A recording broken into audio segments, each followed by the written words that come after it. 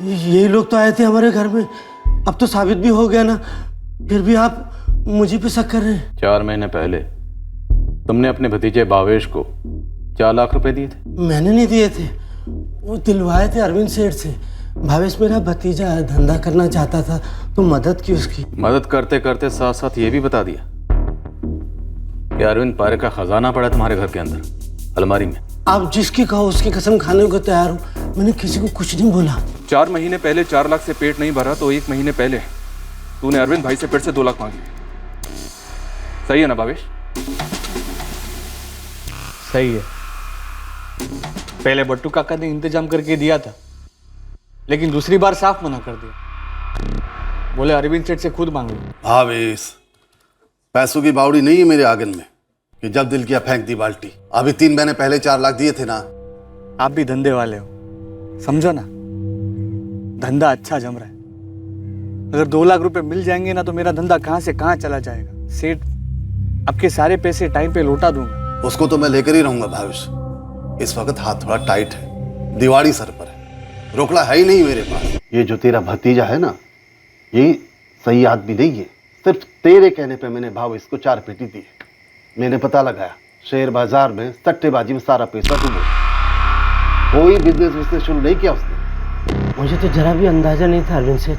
मेरी 4 तो धस गए और ऊपर से हिम्मत जो है नहीं, और 2 लाख मांग रहा था मेरे। लेकिन साहब, भावेश इतना भी बदमाश नहीं है कि अपने ही काका के घर में ऐसे नकली छापा पड़वाए। अब किसी की शक्ल से कहाँ पता चलता है कि वो कितना बदमाश है।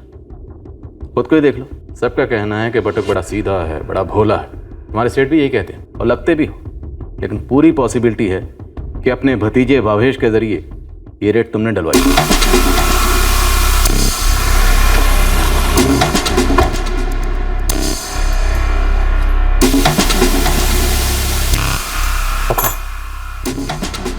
ये पुलिस वाले तो पूरा शक हम पर ही कर रहे हैं। आपका और मेरा पीछा तो कर ही रहे थे, अब तो ये लोग मम्मी का भी पीछा कर रहे हैं। ये लोग तो दुकान पर भी नजर रख रहे हैं। मैंने शायद बटुक के पैसे रख के गलती कर दी। बहुत ही मोटी गलती था मैं कह रही पुलिस पे कंप्लेन करके। ये तो वही वाली बात हो गई ना कि आ बैल और मुझे मार। एक मिनट साहब। जो एक तो ना ही मैं ये बट्टू काका की टीम में हूँ और ना ही मैं अरविंद सेठ की टीम में हूँ। और ये 5 लोग कौन है, ये क्या करते हैं, मेरा इनसे कुछ लेना देना नहीं है। लेकिन लेन देन तो लाखों का हुआ है भावेश, और सट्टा बाजार में लाखों सिक्कों जैसे उछलते हैं और पानी जैसे बहते हैं। अगर मेरे हाथ लाखों लग गए होते तो क्या मैं लल्लू जैसे आप लोगों के हाथ में आ जाता? अगर तू लल्लू नहीं है ना तो लल्लू हम भी नहीं है भावेश। अब सीधी तरह से बोल, अरविंद भाई ने अगर तुझे उधार नहीं दिया तो कितने लाख का कमीशन दिया इस रेट के नाटक को रचने के लिए? मतलब काश ये बात सच होती, और काश कमीशन नहीं सारा का सारा माल मेरे हाथ में लग गया होता। कम से कम ऐसे खाली हाथ आपके सामने बैठकर गिड़गिड़ाना तो नहीं पड़ता था कि मैं बेकसूर हूं। सारे सस्पेक्ट पर से नजर एक पल के लिए भी नहीं हटी, लेकिन शायद सबको ये बात मालूम थी कि उन पर हमारी नजर है, और शायद इसीलिए वो लोग हर कदम सोच सोच कर रख रहे थे। हाँ भाई, जरा देखो तो आप इनको जानते हैं क्या? हमें अगला सुराग जो मिला वो इन्हीं 5 लोगों में से एक के बारे में था। अरे हाँ, तो राजू भाई है, राजू भाई झाला। कौन है राजू भाई? ये राजू भाई चाबी बनाता है, चाबी बनाने का काम करता है। अपनी साइकिल पे ही पूरी दुकान लेके घूमता रहता है। चाबी चाबी।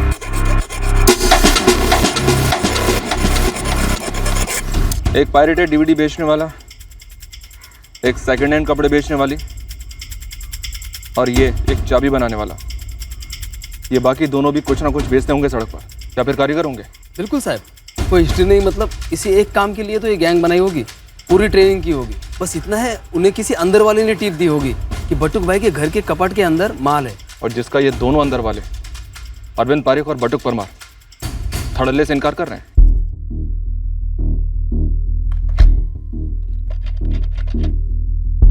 कौन बोल रहा है? मैं क्राइम ब्रांच से assistant sub inspector Ruchika Thakkar बोल रही हूँ। क्या काम है मैडम? पहले नाम तो बोल अपना, फिर मैं काम बोलती हूँ। हितेश। भावेश परमार को कैसे जानता है तू? मेरा मोटा भाई है। काम क्या करता है तू? अरे मैडम, आपने तो इंटरव्यू शुरू कर दिया, नाम बोला, अभी काम बोलो ने। सीधे आभानगर क्राइम ब्रांच ऑफिस आ जा, अभी की अभी। आधा घंटा देती हूँ तुझे।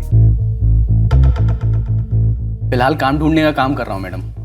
मतलब बेरोजगार है, फिर तो पैसों की कमी भी होगी। कहीं आप बट्टू काका के घर पे हुई चोरी में मुझ पे शक तो नहीं कर रहे हैं ना? ऐसा कोई कारण है कि मैं तुझ पे शक ना करूं? अरे क्या मैडम, खबर मिलते ही होश उड़ गए थे मेरे कि बट्टू काका के पास इतने पैसे थे। चला हमको ही कुछ दे दिया होता ने, ऐसा लुटाने के बजाय। वो पैसे तेरे बट्टू काका के नहीं थे। हाँ, खबर पड़ी मैंने, वो अरविंद सेठ के पैसे थे। तुझे कैसे पता? भावेश ने बताया मुझे। मतलब तुझे पहले से नहीं पता था कि उस कबर्ड में पैसे हैं? अरे मैडम, अभी तो बताया ने, भावेश ने बताया तब जाकर मुझे पता चला। उसके पहले ये कबर्ड और उसके अंदर के पैसे, इन सब चीज़ों के बारे में कुछ पता नहीं था मुझे। यकीन कीजिए। यकीन करना तेरा थोड़ा मुश्किल है।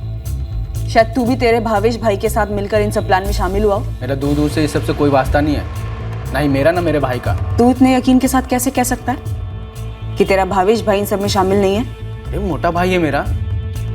हाँ मानता हूँ बिजनेस में थोड़ा डाउन चल रहा है, और इसका मतलब ये थोड़ी ना क्रिमिनल है। 25 अक्टूबर को तू क्या कर रहा था? घर पे बाहर था, याद नहीं है। तेरे जैसे 1.5 शाणों को जब उल्टा लटकाते हैं ना, तो पिछला जन्म भी याद आ जाता है। हाँ तो लटकाओ ने मैडम, मुझे भी तो खबर पड़े पिछले जन्म में ऐसा क्या पाप किया था जो इस जन्म में पनौती चल रही है। बारी बारी से इस हितेश की एक एक मूवमेंट पे नजर रखो और एक एक घंटे की रिपोर्ट लाके मुझे दो। जी मैडम। शाना है, थोड़ा समझदारी से, 1 सेकंड के लिए भी नजर से ओझल ना हो पाए।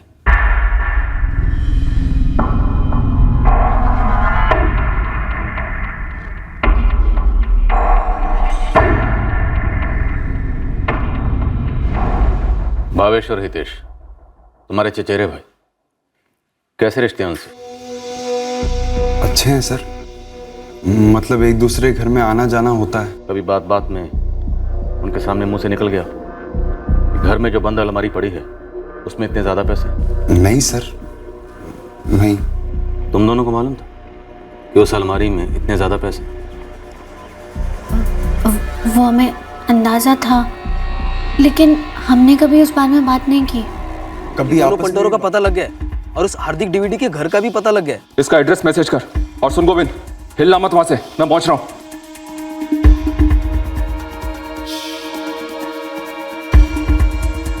लो, मैंने तो पहले ही कहा था, ये कबाट आफत है, आफत। अबे जो ने शू થઈ ગયું। हसमुख भाई का भी फोन था, कह रहे थे भावेश और हितेश दोनों को पुलिस रगड़ रही है। हितेश को तो रोज हाजिरी लगाने बोला है थाने में।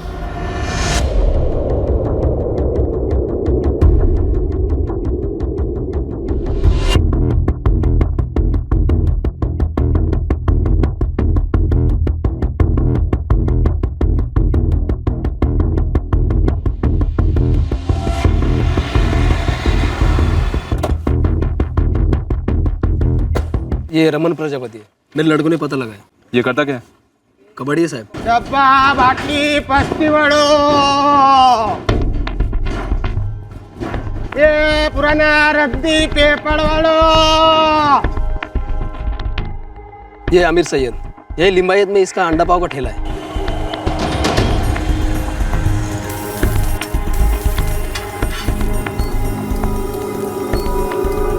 मतलब एक तरीके से सबके सब ठेले वाले ही हुए, फटुक परमार के तबके के। हाँ, ऐसा बोल सकते हैं। इस हार्दिक गोयल का घर कौन सा है? यहाँ से दूसरी गली है, लेकिन इस वक्त बंद है।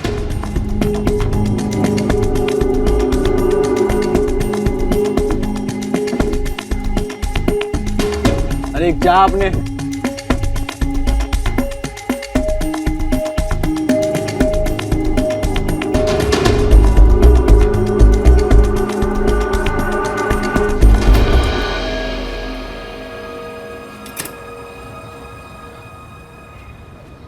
नमस्ते साहब। तुम्हारे भाड़ुआ हार्दिक गोयल अकेला रहता है यहाँ? रहता था साहब, और हाँ अकेला ही था। कहाँ से है ये? एक बार बातों बातों में उसने कहा था कि वो राजकोट की तरफ से है। कुछ बोला? घर छोड़कर क्यों जा रहा है, कहाँ जा रहा है? कुछ नहीं बोला, पर हाँ भाई जो कहूँ वो सुनकर तो मेरा हार्ट फेल होने ही वाला था। कुंदन भाई ताला खोलो, साहब अंदर देखेंगे।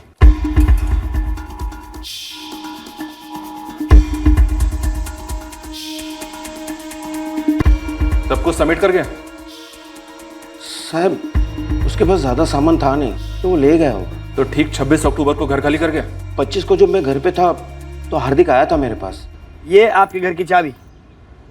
हम अचानक हार्दिक राजकोट लौट रहा है क्या? नहीं, सूरत के बाजू में एक नए काम की बात चल रही है ना, तो वही काम पक्का करने जा रहा हूँ। अरे क्या है ना, डीवीडी का धंधा कर करके ना मजा नहीं, अभी फिर ढंग का करना पड़ेगा ना। यहाँ तो बहुत सारी बात है, लेकिन जा कहाँ रहा है? अहमदाबाद, बड़ौदा या सीधे मुंबई? कितना पूछते हो? मजाक कर रहा हूँ। एक बार सब पक्का होगा ना, बाद में सब बता दूंगा। चलो। अगले दिन जब वो चाबी देने आया तब भी उसने नहीं बताया कि वो कहाँ जा रहा है। इन तस्वीरों को ध्यान से देखो। कभी किसी को देखा हो रूम पर आते हुए?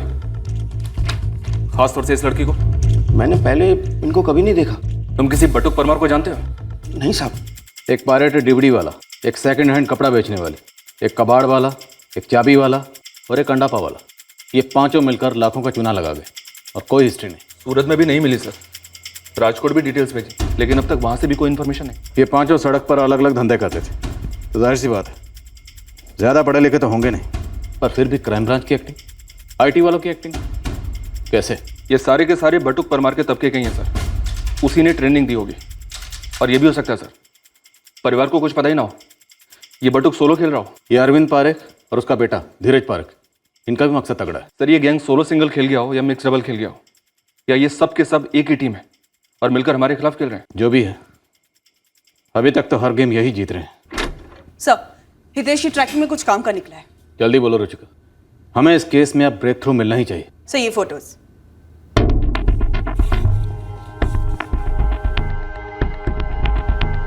सर ये है नवीन मकवाना, ये है सूरज जेठवा और ये दोनों हितेश के काफी अच्छे दोस्त हैं। ये हितेश क्या करता है और ये दोनों? सर हितेश और उसके ये दोनों दोस्त जुआरी हैं, पत्ते, क्रिकेट में सट्टा, इसमें ये तीनों अक्सर पैसा हारते रहते हैं। मतलब यूं कहिए कि जुए में ये तीनों मैट्रिक फेल हैं। और अभी ग्रेजुएट हो गए हैं ये कांड करके।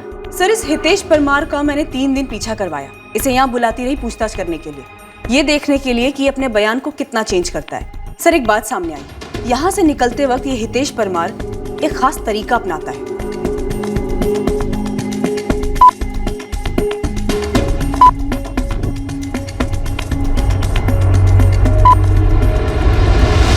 सर जब जब ये हितेश परमार यहाँ आता है पूछताछ के लिए, सबसे पहले ये अपना फोन स्विच ऑफ करता है और यहाँ से निकलते ही फोन ऑन करता है और इसकी बात शुरू हो जाती है लगातार।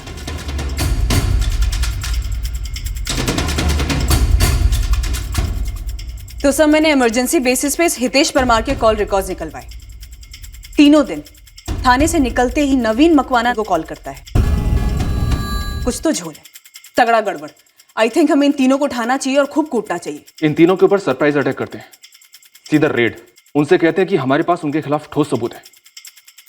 ज्यादा से ज्यादा क्या होगा सर, हमारे हाथ कुछ नहीं लगेगा, लेकिन अगर वो लोग कुछ भी जानते हैं तो इस केस में हमें ब्रेक थ्रू मिल सकता है सर।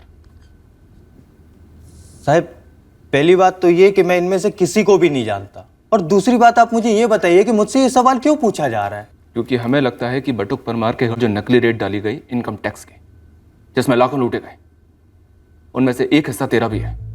और इस बात के हमारे पास ठोस सबूत है। क्या? नहीं साहब ऐसा कुछ भी नहीं है।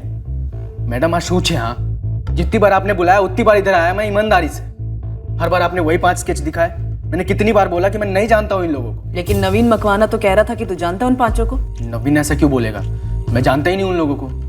थाने से बाहर निकलते ही हितेश अपना फोन स्विच ऑन करता था और फिर तुम्हें क्या बोलता था? पुलिस सिर्फ उन 5 पर शक कर रही है, हम सेफ हैं। ये हम सेफ है का क्या मतलब साहब? तक सबूत है इस बात के कि हितेश थाने में आते ही अपना फोन स्विच ऑफ क्यों करता था और यहाँ से निकलते ही स्विच ऑन क्यों करता था। Game over. साहब आप लोगों को बहुत बड़ी गलतफहमी हुई है, मुझे ये रेड वेट के बारे में कुछ भी नहीं मालूम था। सूरज बता दे, नवीन मकवाना और हितेश परमार को क्या हिस्सा मिला, और सबसे बड़ा हिस्सा किसके हिस्से में आया? हार्दिक, कल्पना, रमन, राजू, आमिर, सब ने तुम्हारा नाम लिया। और रही हार्दिक की बात, उससे तो तेरा डायरेक्ट कनेक्शन। साहब ये नामुमकिन है। क्यों? क्या लगता था तुम्हारे दूसरे फोन के बारे में हमें कुछ नहीं पता? हम सबके फोन हमने टैप कर रखे। तेरी और हितेश की जितनी भी फोन पर बात हुई है ना, सब रिकॉर्डेड है। उस रिकॉर्डिंग में वो साफ साफ कहता हुआ सुनाई दे रहा है कि पुलिस की तफ्तीश अब ठंडी पड़ चुकी है वो हार्दिक तक तभी नहीं पहुंच पाएंगे। साहब आप ये क्या बोल रहे हो? ऐसी कोई बात ही नहीं हुई है। कैसी बात है? ऐसे जैसे रोज बात होती है। हितेश बोल रहा था क्या हुआ क्या नहीं, क्यों उसे बुलाया जा रहा है, बस और कुछ भी नहीं साहब। हितेश झूठ बोल रहा है तू। तेरे और नवीन के बीच की बातों की रिकॉर्डिंग सुनाऊं मैं? सुनाऊं? हमने तुक्का फेंका था, सही में तुक्का, लेकिन तुक्के से ही तीर सीधा निशाना चीर गया। एक बात पहले ही बता दो, प्लान पूरा बताना, आधा अधूरा नहीं, समझे? चलो हो जा शुरू। कसम से बोल रहा हूँ साहब, हमें रेड वेड के बारे में कुछ मालूम नहीं था। हम तो बस चोरी का सोच रहे थे। चोरी का प्लान था? प्लान था साहब, लेकिन फेल हो गया ने। हमने तो कुछ किया ही नहीं। हाँ बोल हितेश, શું થયું? यार नवीन, अपना प्लान का रॉकेट तो फुस हो गया यार, उड़ा ही नहीं। कोई और 5 लोग आए, पासूत्री बम फोड़ के चले गए। अरे हाँ, मैंने खबर पड़ी यार कि 5 लोग थे फर्जी रेड में, लेकिन साले थे कौन? अरे 5 लोगों के हाथ से बनी फोटो दिखाई मैंने। क्यों, कोई हार्दिक गोहिल करके है और उसके साथ एक लड़की है कल्पना पाठक, और राजू करके कोई है, साथ में 2 लोग और भी हैं, पर पुलिस को उनके नाम नहीं मिले अभी तक। यही तो बात होती थी ना हमारी साहब, हम तो बस प्लानिंग में ही रह गए और कोई और चिड़िया खेत चुग कर उड़ भी गई। हम ये कबूल करते हैं कि हमने इसके बट्टू काका के घर को लूटने का प्लान बनाया था।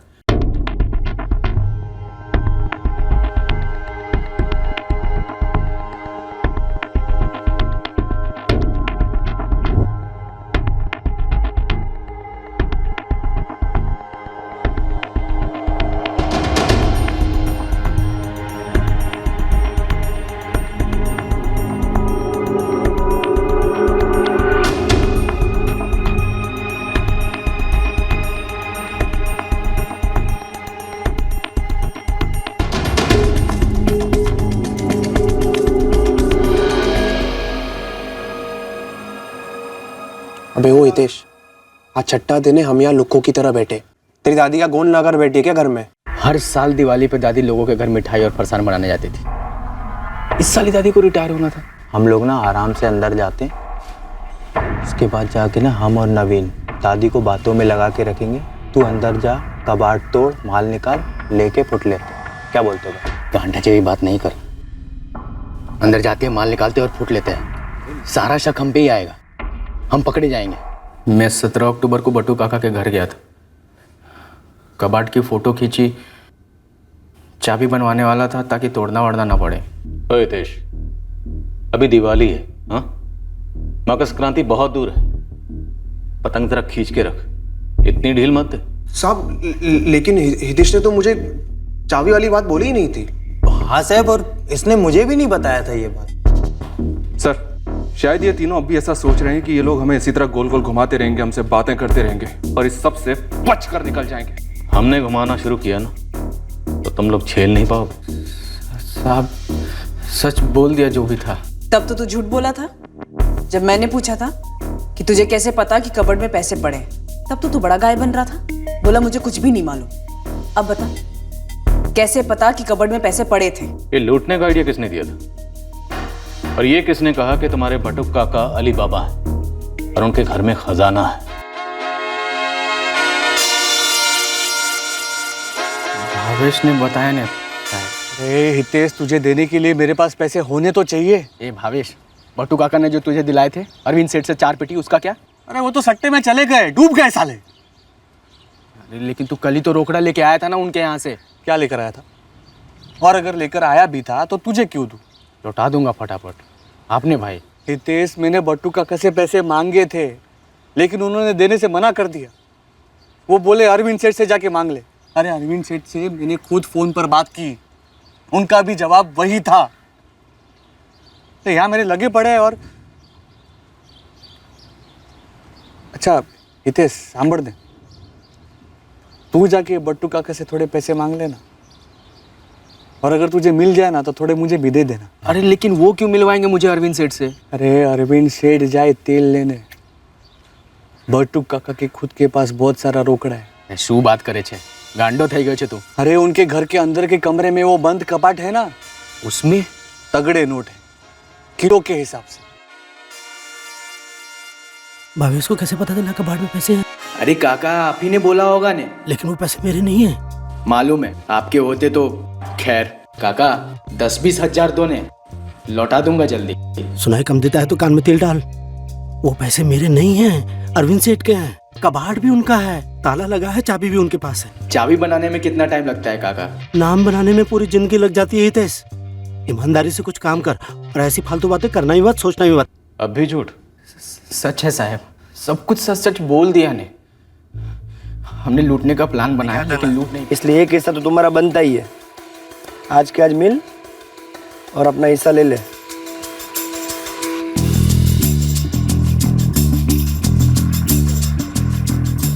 कांग्रेचुलेशन। वे नवीन क्या टिप दी थी भाई। ये ले, तेरे हिस्से का 7 लाख बनता है। हैप्पी दिवाली। सुआचे हार्दिक केवी रीते करेगा? ऐसे हार्दिक ने कभी बताया नहीं कि उसने कैसे किया। ना मैंने हितेश और सूरज को बताया कि कैसे हुआ। बस ईमानदारी से बता दिया कि हमें 7 पेटी का हिस्सा मिला है, जिसे हितेश और सूरज थोड़ा थोड़ा करके लेते रहे मुझसे।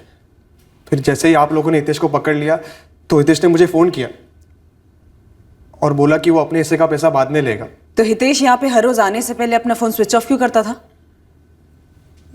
ताकि जब वो यहाँ हो हम उसे गलती से फ़ोन ना कर ले, कुछ पूछ ना ले उससे। तेरे फोन रिकॉर्ड्स में हार्दिक को किए हुए कॉल्स हमें दिखाई क्यों नहीं दी? क्योंकि सब इस पूरे काम के लिए मैं दूसरा फ़ोन इस्तेमाल कर रहा था। ये हार्दिक गोहिल कहाँ मिलेगा? बस इतना जानता हूँ कि उसकी माँ अहमदाबाद रहती है।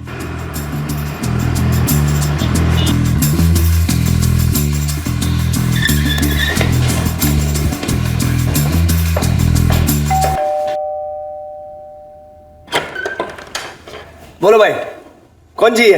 एक फिल्म की डीवीडी चाहिए। चोरी वोरी की होगी तो भी चलेगी। हॉलीवुड है कोई? अच्छा, ऐसी कोई चकाचक फिल्म है आपके पास जिसमें वो नकली छापा पापा मारा जाता है घर पर? आप लोग कौन है? क्राइम ब्रांच, असली। 40 लाख? हाँ सर। हार्दिक कह रहा है कि उसने 2 लाख खर्च कर दी। वैसे हार्दिक ने 7 लाख रुपए दिए नवीन मकवाना को, टोटल हो गया 49। मतलब सर सिर्फ 11 लाख बटे इन चारों के बीच में। ये हार्दिक फर्जी टीम के ड्रामे का हीरो है। चल कर जरा इसी से पूछते हैं कि आखिर ये गणित है क्या। सलाम साहब। सबसे पहले तो सॉरी साहब, आपके डिपार्टमेंट का नाम यूज किया है। कोई बात नहीं, उसकी ठुकाई अलग से होगी और रसीद भी कटेगी। बैठ। पहले ये बता कि तेरी पिक्चर की हीरोइन कल्पना और ये तीनों साइड हीरो रमन, राजू और आमिर, ये तीनों कहाँ मिलेंगे? इधर ही होंगे साहब, सूरत में ही। थोड़ा आगे बचा देगी यहाँ से। इतना तगड़ा माल हाथ लगा है तो थोड़ी बहुत ऐश तो बनती है ना साहब। तो तुम लोगों की ये ऐश हो कहाँ रही है? हमको भी तो बता दे।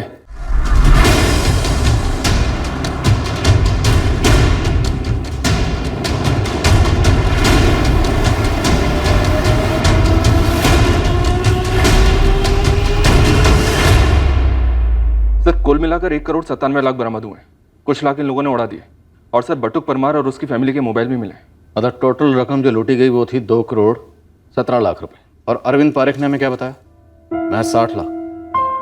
खुद के पैसे गिनने में इतनी बड़ी गलती? पापा, पूरी गैंग पकड़ी गई क्या? हाँ दिख रहा, और लगभग सारा पैसा भी बरामद हो गया। हितेश को हिस्सा मिला उसके दोस्त नवीन से। उसे सब पता था।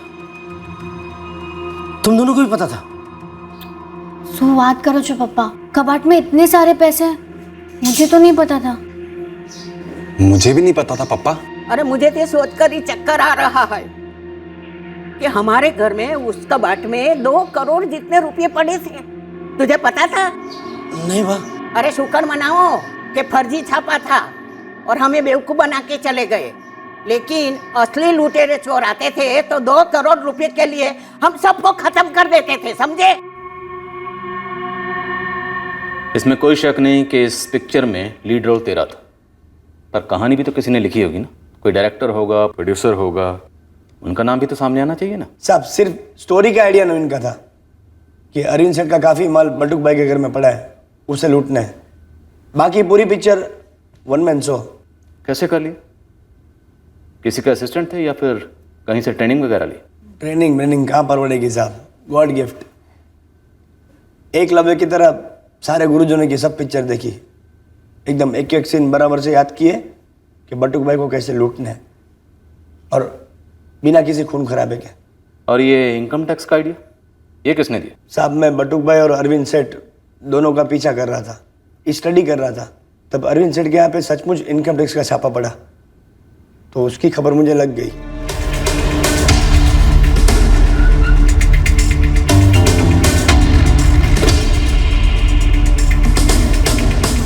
मैं इंतजार कर रहा था अरविंद भाई का कि कब वो नीचे आएंगे, लेकिन वो तो आए ही नहीं। वो सब साहब लोगों की मैंने बातें भी सुनी, वो लोग बोल रहे थे ना घर के छापे से कुछ हाथ आया ना उनकी दुकान के छापे से।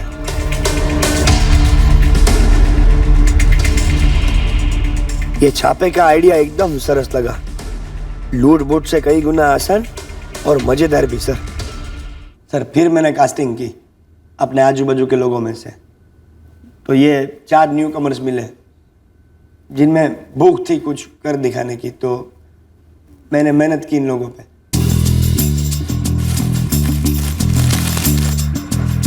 ये नालायक बाहर जा।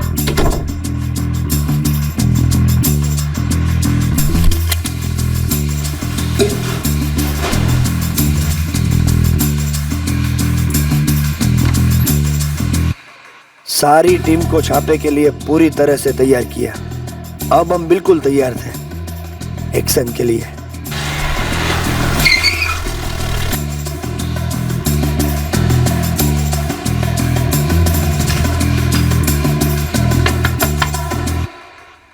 मेहनत रंग लाई साहब। बटुक भाई को साथ में ले जाना ये भी तेरी स्क्रिप्ट में लगा था क्या पहले से? हाँ साहब, हार्दिक ने हमें सब कुछ पहले ही बता दिया था और चाबी पिलाई थी बटुक भाई को। तुम लोग बटुक भाई को जिस रास्ते पर लेकर गए थे, बटुक भाई ने वो रास्ता दिखाया। मैं एक चाय वाली मिली पर उसने कहा कि तुम लोग वहां नहीं आए थे। वो चाय वाली भी तेरी एक्टर थी क्या? फर्जी चाय वाली? नहीं साहब, ये तो स्क्रिप्ट में था ही नहीं। फर्जी चाय वाली? अरे हमने तो गाड़ी असली चाय वाले के पास रोकी थी ने। किस रूट से गए थे तुम लोग? गाड़ी किसकी थी?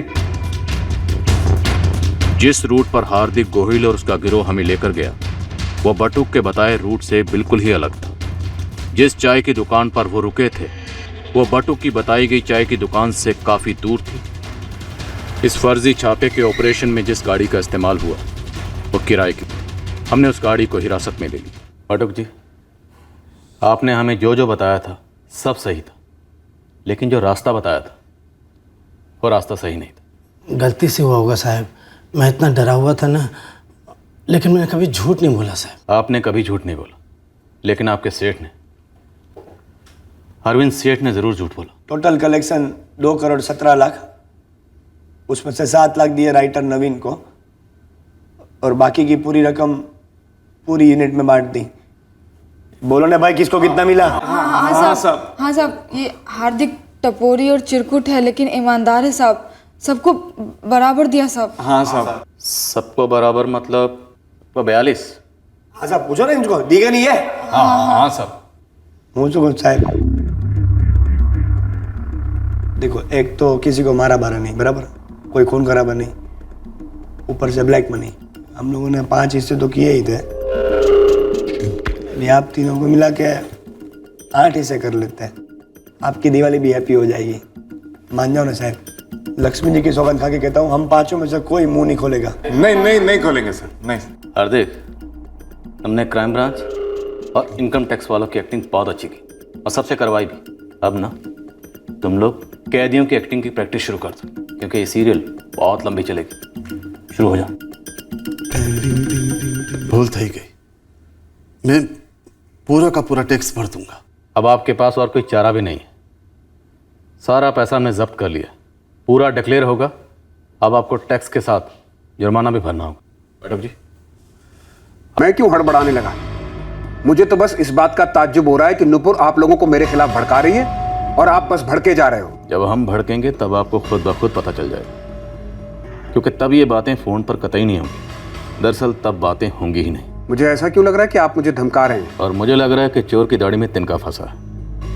ये बैंक खाते के डिटेल्स, ये प्रॉपर्टी के कागजात और किराए के खाते सब कुछ है। जो 12 लाख रुपए कम है, अगर उसके अलावा एक पैसा भी यहां से वहां नजर आ जाए तो फांसी पर चढ़ा दीजिएगा मुझे। और वसीयत कहाँ है?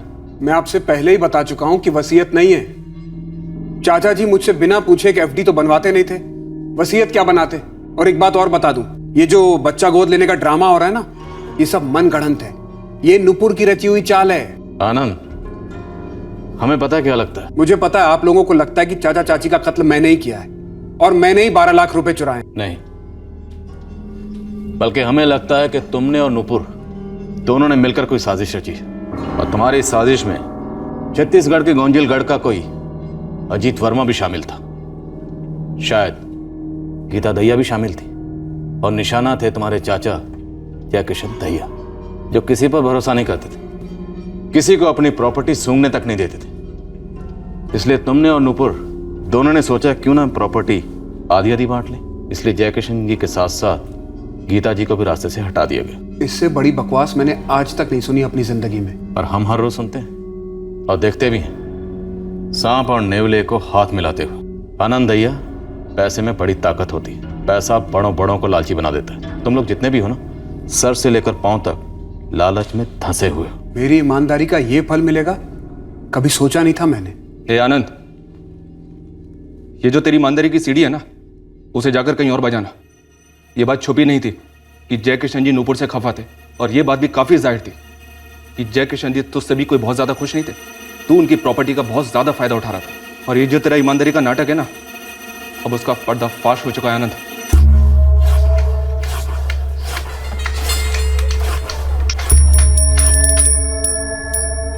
मिस्त्री राम भजन ने जयकिशन जी से डायरेक्ट बात क्या करी दुकान खरीदने के बारे में?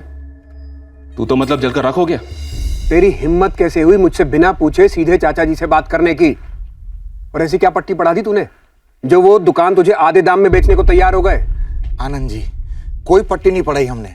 देखिए, जय किशन जी से हमारा संबंध तब से है जब हम काम की तलाश में बाजार में एक साथ खड़े रहते थे दिहाड़ी के लिए। और तुम आज भी वहीं खड़े रहते हो, और वो पूरे बाजार के मालिक हैं। तुम्हारी औकात नहीं उनसे सीधे बात करने की। हमने तो खाली दरख्वास्त की थी जय किशन जी से। अब अगर आपको कोई दिक्कत हो तो आप सीधे जय किशन जी से मिल लीजिए, आपको सब कुछ पता चल जाएगा। आनंद, मैं कह रहा हूं ना, दुकान राम भजन के नाम कर दो। लेकिन चाचा जी, हमें इस दुकान के 7.5 लाख तक मिल सकते हैं। मैं 8 लाख भी दिलवा सकता हूं, और आप इस दुकान को राम भजन को 4 लाख में दे रहे हैं। ऊपर से वो अभी सिर्फ 2 लाख रुपए दे रहा है। बाकी के रुपए कब देगा?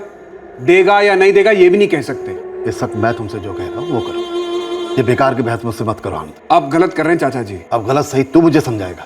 चाचा जी, अगर आपने ये दुकान एक बार उसके नाम ट्रांसफर कर दी ना, तो वो बाकी के पैसे कभी नहीं देगा। 2 लाख का नुकसान मेरा होगा ना, तेरी जेब से तो एक पैसा नहीं जा रहा।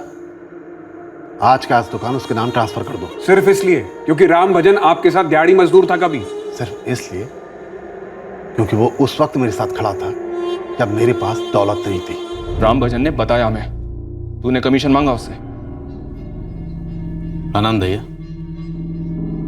तू जितना खुद को बता रहा है ना, उतना भी दूध का धुला हुआ नहीं है। लेकिन दाल में उतना भी काला नहीं है जितना आप लोग खोज रहे हैं। अगर नुपुर की सुनते रहेंगे ना, तो ये केस सुनवाई तक भी नहीं पहुंचेगा।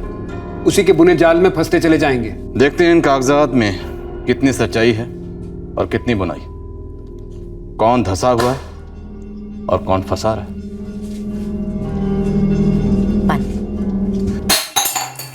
सगा भतीजा हूं उनका, खून हूं उनका।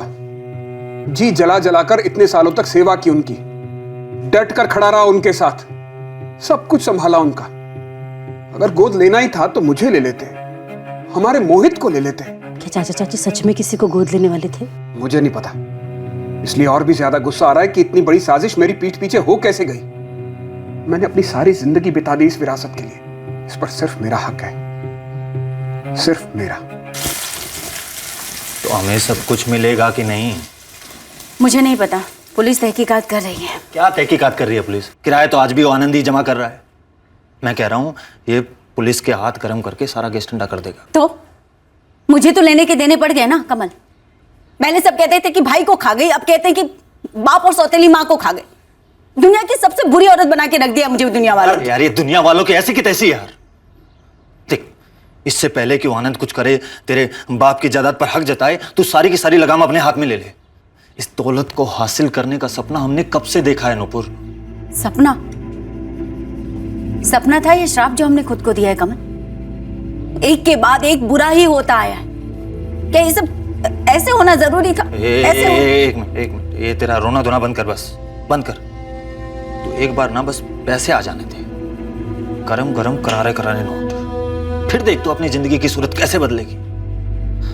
ये सारा पैसा जो साला यूं ही पड़ा था, किसी काम का नहीं था, हमारे काम आएगा। एक अच्छा घर होगा, अच्छी जिंदगी होगी, अच्छा रहन सहन होगा, खाना पीना होगा। इस आराम की जिंदगी और हमारे बीच कोई भी नहीं आ सकता। प्रॉपर्टीज की रजिस्ट्रीज खंगाली गई। गोंजिलगढ़ से हमें कोई ठोस सुराग मिलना अभी भी बाकी था। सर, इस अजीत वर्मा को लोग यहाँ गोंजिलगढ़ में जानते तो हैं, पर इसका नक्सलियों से क्या ताल्लुक है ये बताने से इनकार कर रहे हैं। जगन, जितना जोर लगा सकते हो लगा दो। सिर्फ यही एक एंगल है जो हमें इस केस में ब्रेक थ्रू दिला सकता है। गीता दहिया के बारे में कोई खबर? सर, गीता दहिया ने 19 साल पहले अपना गांव छोड़ा था, उसके बाद एक बार भी नहीं लौटी। अब या तो यहाँ लोगों को वाकई में कुछ याद नहीं, या फिर जानबूझकर कुछ छुपा रहे। हमने गीता दहिया के 1 साल पहले के कॉल रिकॉर्ड्स मंगवाए। जब तक कॉल रिकॉर्ड्स आते हैं तुम लोग घुस जाओ, गोंजिलगढ़ के अंदर तक घुस जाओ। हमें गहरा शक है कि विक्टिम नंबर 2 गीता दहिया इस साजिश की रचनाकार हो सकती है। अब ये कितना सच है ये हमें अजीत वर्मा ही बता सकता है। किसी भी कोने से कोई भी ऐसी खबर नहीं आ रही थी जो हमें अंदेशा दे सके कि 15 सितंबर की दोपहर को जय किशन और गीता दहिया के घर में कौन आया था। वो कौन जाना पहचाना शख्स था जिसका खान पान से स्वागत किया था उन्होंने, और जिसने उन्हें मौत के घाट उतार दी। और अब हमारे सामने आने वाली थी एक और विचित्र बौखलाने वाली हकीकत। सर, हमने क्राइम सीन और जय किशन दहिया की डेड बॉडी के ऊपर से मिले हुए सारे फिंगरप्रिंट्स को मैच किए हैं। एक सेट ऑफ फिंगरप्रिंट्स मिले हैं जो दोनों जगह सेम हैं, और ये किसी मेल के हैं। हमारे किसी भी सस्पेक्ट के फिंगरप्रिंट से मैच करते हैं? सर, आपने हमें आनंद दहिया, उसके बेटे मोहित दहिया और नुपुर के पति कमल हुडा के फिंगरप्रिंट्स भेजे थे, लेकिन ये फिंगरप्रिंट्स इन तीनों में से किसी से मैच नहीं करते हैं। तो फिर कौन हो सकता है रजत?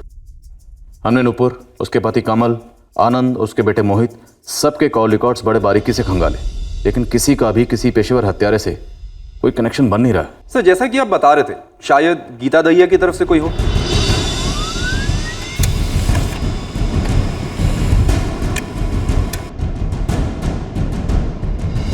सर, ये दोनों पार्टी आनंद और नुपुर पे हमारी चील जैसी नजर है, पर दोनों घरों में एक ही रोना है सर कि जायदाद अगले को ना मिले। और कत्ल की साजिश का कोई जिक्र नहीं हुआ कि किसी जान पहचान वाले को भेजा हो या जान पहचान करवाई हो जय किशन और गीता से कुछ दिन पहले से? नहीं मालिक, ऐसा कुछ भी नहीं। और वो पियक्कड़ कमल भी शराब के नशे में आकर ऐसा कुछ भी नहीं कहा हो जिससे हमें शक हो सके। इस जय किशन के कई फ्लैट्स और दुकानें हैं किराए पर। पता कर हाल ही में कौन सा किराएदार 15 सितंबर से कुछ दिन पहले या बाद में घर छोड़कर गायब हुआ है। हो सकता है कि आनंद ने किसी किराएदार से ये काम करवाया हो। उसे कहा होगा 12 लाख की रकम गायब कर देना, सुपारी की रकम। अब किराएदार होगा तो मकान मालिक उसे जानता भी होगा, इसलिए घर के अंदर आने दिया होगा।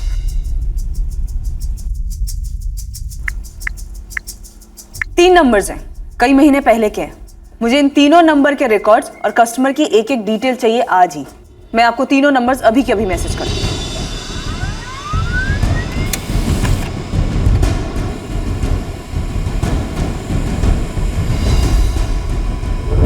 ये अजीत वर्मा, इसे हम जानते हैं, ये फरार है।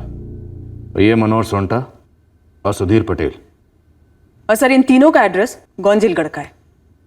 अजीब है सर, आनंद और नूपुर ये दोनों ही गीता के बैकग्राउंड के बारे में कुछ नहीं जानते थे, जबकि गीता अपने गांव के लोगों के टच में थी। और सर, ये अजीत वर्मा, जैसे इसे पता चला कि हम इसे ढूंढ रहे हैं, इसने अपना फोन स्विच ऑफ कर लिया। और मनोहर सोंटा, इसका भी फोन स्विच ऑफ है। और सर, ये सुधीर पटेल, इसका फोन ऑन है, पर अभी तक मैंने इसे कॉल नहीं किया है। और हम कॉल करेंगे भी नहीं। हम सीधे गोंजिलगढ़ के लिए रवाना होंगे। वहां के पीएसआई जगन को कहेंगे कि सुधीर पटेल को लोकेट करे और इस पर नजर रखवाए। मैं जगन को इन्फॉर्म करता हूँ sir.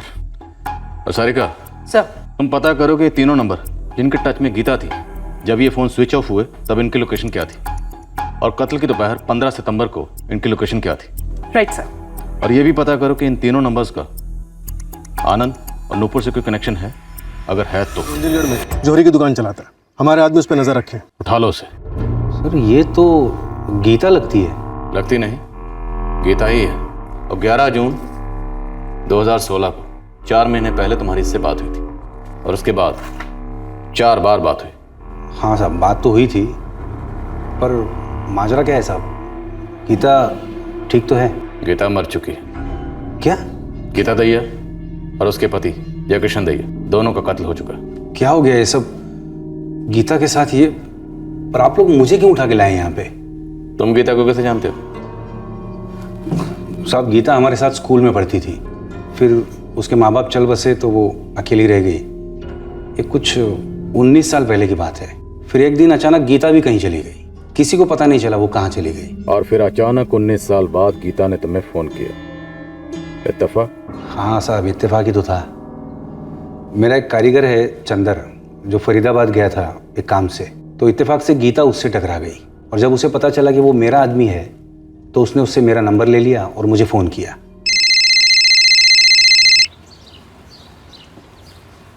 Hello hello, Sudhir Patel? हाँ, सुधीर बोल रहा हूँ। आप कौन बोल रहे हैं मैडम? मैं गीता कौन गीता? सोंटा, गीता सोंटा। हम एक ही क्लास में थे, याद आया कुछ? अरे अरे अरे गीता, अरे बाप रे, इतने सालों बाद। तुम कैसे हो सुधीर? सब ठीक तो है? हाँ हाँ, मैं बिल्कुल ठीक हूँ। तुम बताओ, कहाँ गायब हुई थी तुम? रायपुर चली गई थी, वहाँ एक साहब थे, उन्हीं के यहाँ काम करती थी। बस वही अपने साथ मुझे फरीदाबाद ले आए। बहुत लंबी कहानी है, बताऊंगी कभी। पिछले 19 सालों से फरीदाबाद में ही हूँ, यहाँ मेरी शादी हो गई थी। फरीदाबाद? वहाँ पे तो मेरा कारीगर गया हुआ है काम से। तुम्हारे कारीगर से ही तो तुम्हारा नंबर मिला। वो बाजार में किसी से बात कर रहा था, उसने गोंजिलगढ़ का नाम दिया। मैंने जैसे ही अपने गांव का नाम सुना, तुरंत उससे बात की, तो उससे पता चला वो तो तुम्हारे वहाँ काम करता है। मैंने उससे तुम्हारा नंबर लिया और तुरंत फ़ोन घुमा दिया। इतने सालों बाद अपने गांव के किसी से बात कर रही हूँ। सुधीर, मनोहर और अजीत कैसे हैं? गांव में ही है या? हाँ, सब यही हैं। दोनों का नंबर दो ना मुझे। फिर उसके बाद 2-3 बार मेरी बात हुई थी गीता से। मैंने एक ही बार कॉल किया था, वो मनोहर और अजीत का नंबर देने के लिए। ये मनोहर सोंटा गीता का दूर का रिश्तेदार है, आप कजिन कह सकते हैं उसे। और अजीत वर्मा हमारे साथ स्कूल में था, हम सब दोस्त थे। ये अजीत वर्मा, ये गीता का नाम सुन के ही गायब हो गया, और मनोहर सोंटा ने अपना फ़ोन स्विच ऑफ करके रखा। क्यों? मैं क्या जानूँ साहब। वैसे मनोहर मुझे दिखा था साहब 2 हफ्ते पहले मार्केट में, मेरी बात भी हुई थी उससे। और अजीत से? क्या अजीत की तरह तो भी मिला नक्सलियों के साथ? छोटा मोटा व्यापारी हूँ मालिक। देखिए, झूठ नहीं बोलूँगा, हर व्यापारी की तरह मैं भी हफ्ता भरता हूँ नक्सलियों को। आप जानते हैं क्या कैसे होता है, पर इससे आगे मेरा उनसे कोई संबंध नहीं है। ये अजीत वर्मा और मनोहर सोंटा ये गए थे फरीदाबाद? इतना पता है, मनोहर गया था गीता से मिलने। उसके बाद अगस्त में उसकी बेटी की शादी हुई, बहुत धूमधाम से की थी उसने अपनी बेटी की शादी। 2 सेट जेवरात बनवाए थे उसने मेरे यहाँ से।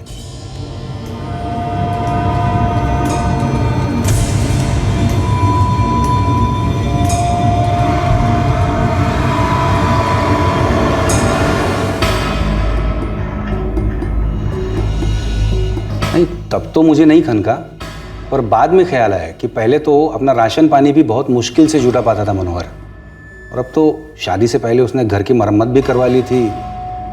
समझ नहीं आया इतना पैसा आया कहाँ से मनोहर के पास। मनोहर के हाथ ये जो पैसा लगा था, फरीदाबाद से लौटने के बाद उसके पास ये पैसा आया था? मनोहर शायद जुलाई में गया था फरीदाबाद 3-4 दिनों के लिए। उसके बाद अगस्त में उसकी बेटी की शादी हुई थी। तो हाँ, आप ऐसा कह सकते हैं, पर सच कह रहा हूँ साहब, आपके बोलने के बाद ही 2 और 2 4 हो रहे हैं। ये मनोहर जा कहाँ सकता है? कहाँ छुप सकता है ये? मैं क्या जानूँ, लेकिन साहब क्या मनोहर फरीदाबाद से इतने पैसे लाया था? लाखों। और क्या ये गीता के पास इतने पैसे थे? जब आप लोगों ने मनोहर पे नजर रखने के लिए कहा तो हम फौरन उसके घर पहुंचे। घर पे ताला लगा हुआ था। पड़ोसियों से पता चला कि मनोहर और उसकी बीवी कई दिनों से दिखाई नहीं दी है। सलाम साहब। साहब, मैं सुमित, मैंने ही आपको उस अजीत वर्मा की टिप दी थी। ये मनोहर सोंटा है, इससे भी बात हुई थी तेरी गीता के मर्डर को लेकर?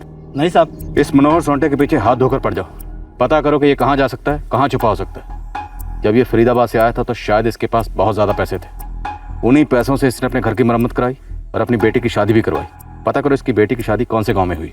इस मनोहर सोंटे का मिलना हमारे लिए बहुत जरूरी। सर, फोन रिकॉर्ड्स के अकॉर्डिंग मनोहर सोंटा, अजीत वर्मा और सुधीर पटेल, इन तीनों का नूपुर और आनंद के साथ कोई कनेक्शन नहीं दिख रहा है। सुधीर पटेल का कहना है कि ये मनोहर सोंटा जुलाई में फरीदाबाद आया था गीता से मिलने। करेक्ट है सर, फोन रिकॉर्ड्स तो यही कहते हैं। पर सर पिछले 3 महीनों में अजीत और सुधीर का फोन लोकेशन फरीदाबाद नहीं दिखा है। सुधीर पटेल की बैकग्राउंड हमने चेक की है, लेकिन ये अजीत वर्मा अभी भी फरार है। और ये मनोहर सोंटा, जब ये फरीदाबाद से लौटा था तो इसके पास बहुत सारे पैसे थे। हो सकता है इसे आनंद या नुपुर ने खरीद लिया। पूरे चांसेस हैं कि इसे आनंद ने खरीदा हो। पर सर 15 सितंबर की दोपहर से ना ही सुधीर और ना ही अजीत का फोन लोकेशन फरीदाबाद शो कर रहा है। लेकिन सर मनोहर सोंटा, इसका फोन सितंबर महीने के तीसरे हफ्ते से स्विच ऑफ आ रहा है। इन तीनों के नंबर्स और फोन की ट्रैकिंग जारी रखो। ये भी हो सकता है ये काम अजीत या मनोहर ने अपने किसी जान पहचान वाले से करवाया। सर जगन का फोन है, वो कह रहा है कि हम पर नक्सली हमला हो सकता है। हाँ जगन बोलो। सर एक खबर आई है, बुरी खबर है। बोलो। सर उम्मीद की जा रही थी कि अजीत वर्मा के बारे में कोई खबर होगी, लेकिन टिप मिली है कि नक्सली हमला होने वाला है। बाहर से जो साहब लोग आए उनको बोलो तुरंत लौट जाए, वरना लाल सलाम हो जाएगा उनका। लेकिन क्यों? पता नहीं साहब जी, कल दल के सरदार के पास वो 2 बाहर वाले साहब लोगों की तस्वीरें थी। कहीं इसमें अजीत वर्मा का हाथ तो नहीं संतरा? मैं किसी अजीत वर्मा को नहीं जानता साहब जी, आप टिप दे रहे हैं इसीलिए बता रहा हूँ। मेरी खबर पक्की है, कभी भी हमला हो सकता है बड़ा वाला। और टारगेट आप और विनोद दोनों है। जगन अब हम पीछे तो नहीं हटने वाले। सर प्लीज सिर्फ अभी के लिए एक कदम पीछे हटा लीजिए। सर जब तक आपके पास फोर्स पहुंचेगी देर हो सकती है। वक्त सही नहीं इसलिए कह रहा हूँ। सिर्फ अभी के लिए आप प्लीज वापस लौट जाइए। हम वापस नहीं जाएंगे, तुम एक टीम तुरंत भेजो। एक तीर से 2 निशाने लगेंगे, ये नकली टोली भी मिलेगी और ये अजीत वर्मा भी। सर इतना आसान नहीं है। अजीत वर्मा इस अटैक के पीछे है या नहीं ये बात अभी कंफर्म नहीं है, और इस अटैक के नतीजे काफी घातक हो सकते हैं। प्लीज मेरी सिचुएशन समझिए। मैं आपसे वादा करता हूँ आपको अजीत और मनोहर दोनों ला कर दूंगा। सर एक कवर टीम भेज रहा हूँ, आप प्लीज वापस लौट जाइए। सर हमारा यहाँ रुककर नक्सलियों का सामना करना बनता तो है।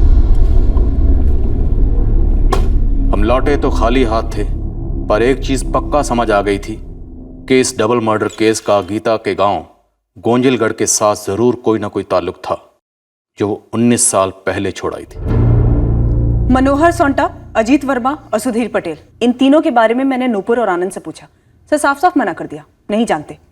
और वैसे भी हाँ तो वो करेंगे नहीं।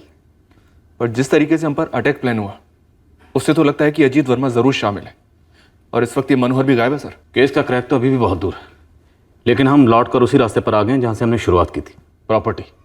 अब ये कातिल हमें बता सकता है कि सुपारी किसने दी और साजिश किसने रची, नुपुर ने, आनंद ने या गीता ने, या फिर ये तीनों शामिल थे और एंड मौके पर गीता के साथ धोखा हुआ। सारिका सर, इन तीनों का फरीदाबाद में गीता के अलावा किसी और से कोई कांटेक्ट नहीं हुआ? एक कॉल है सर, मनोहर सोंटा ने किया था जुलाई में, फरीदाबाद आने से पहले। वैसे अभी ये फोन स्विच ऑफ है, इसकी डिटेल्स और लोकेशन मंगवाई मैंने। हम बिल्कुल सही रास्ते पर है, पर मंजिल अभी भी काफी दूर है।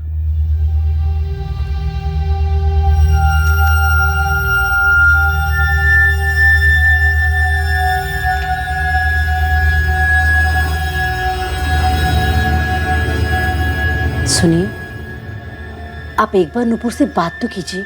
अभी तक आप ही सब कुछ संभालते आए हैं। नुपुर को आपकी मदद की जरूरत तो पड़ेगी ही, वो अकेली ये सब नहीं संभाल पाएगी। आधी से ज्यादा जिंदगी बीत गई चाचा चाची को झेलने में, अब इस नुपुर को भी झेलूं? मैं नहीं जाने वाला उसके पास। उसे आने दो कागजात मांगते हुए। इतनी आसानी से हार नहीं मानूंगा। मेरा हक है, सालों की मेहनत है, जाया तो नहीं जाने दूंगा।